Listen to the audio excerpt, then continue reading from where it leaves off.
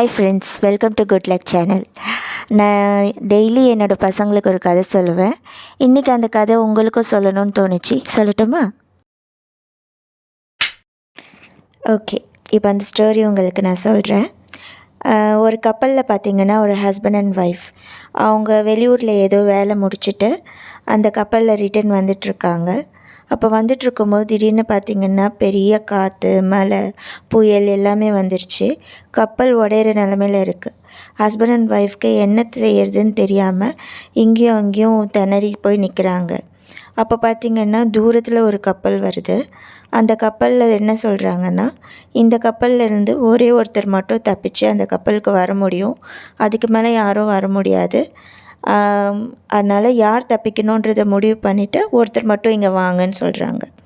அப்போ அந்த ஹஸ்பண்ட் என்ன பண்ணுறாருன்னா, ஒரு நிமிஷம் கூட யோசிக்காமல் அவரோட ஒய்ஃப் அந்த கப்பல்லே விட்டுட்டு டக்குன்னு இந்த கப்பலுக்கு ஜம்ப் பண்ணி போயிடுறாங்க.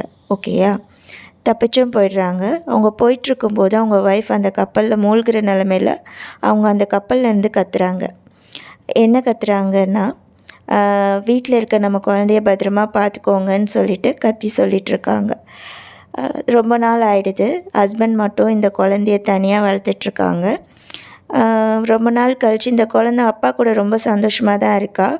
ஆனால் அவளுக்கு மனசில் ஒரு சின்ன வருத்தம் என்னென்னா, அப்பா அம்மாவையும் கூட்டிகிட்டு வந்திருக்கலாம்ல, ஏன் கூட்டிகிட்டு வராமல் அவர் மட்டும் தனியாக வந்தாருன்றது தான்.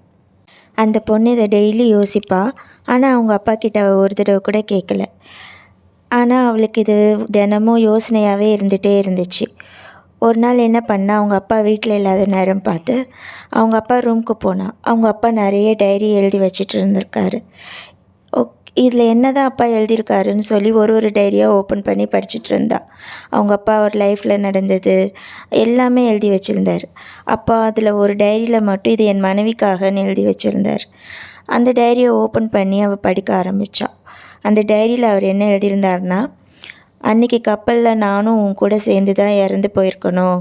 நான் உன்னை விட்டுட்டு இங்கே வந்துட்டேன். நான் உன்னை ஏன் விட்டுட்டு வந்தேன்றது உனக்கும் எனக்கும் மட்டும்தான் தெரியும். அதை நான் யார்கிட்டேயும் இது வரைக்கும் சொல்லலை.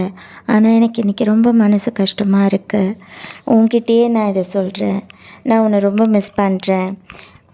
உனக்கு உடம்பு சரியில்லை, கேன்சரோட கடைசி கட்டத்தில் இருக்கன்றனால தான் உனக்கு நிறைய நான் ட்ரீட்மெண்ட் பார்த்தேன்.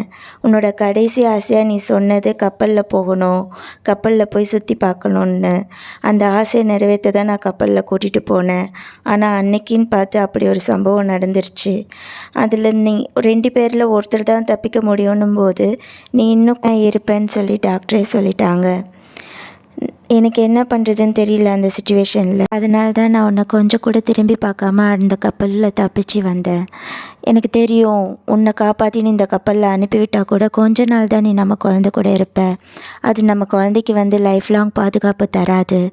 ஆனால் நம்ம உயிருக்கும் மேலாக நினைக்கிற நம்ம குழந்தை கூட லைஃப் லாங் பாதுகாப்பாக ஒருத்தர் இருக்கணும்னு நான் நினச்சேன். அதனால தான் நான் தப்பிச்சு வந்தேன். நீ எப்படியெல்லாம் ஆசைப்பட்டியோ அப்படியெல்லாம் நம்ம பொண்ணை நான் வளர்ப்பேன். கண்டிப்பாக உன் ஞாபகம் என்னை விட்டு போகாது. எனக்கு நான் உன் கூட எப்போ சேருவேனோ, எப்போ நான் உன் கூட இறப்பேனோ அதுதான் நிம்மதி. அது வரைக்கும் நம்ம குழந்தைய நான் பத்திரமா பார்த்துக்கிறேன் அப்படின்னு சொல்லி அந்த லெட்டரில் அவர் எழுதி வச்சுருந்தார். அப்போ தான் அந்த குழந்தைக்கே புரிஞ்சிச்சு, தன்னோட அப்பா இவ்வளோ நல்லவரா, தனக்காக தான் அம்மாவையே விட்டுட்டு வந்தாரான்ட்டு. இப்படி தான் நம்மளோட லைஃப்பில் நம்மளும் நிறைய பேரை ரொம்ப ஈஸியாக ஜட்ஜ் பண்ணிடுறோம். இவங்க கெட்டவங்க, இவங்க நல்லவங்க, இவங்க தப்பானவங்கன்ட்டு. அப்படி கண்டிப்பாக பண்ணாதீங்க.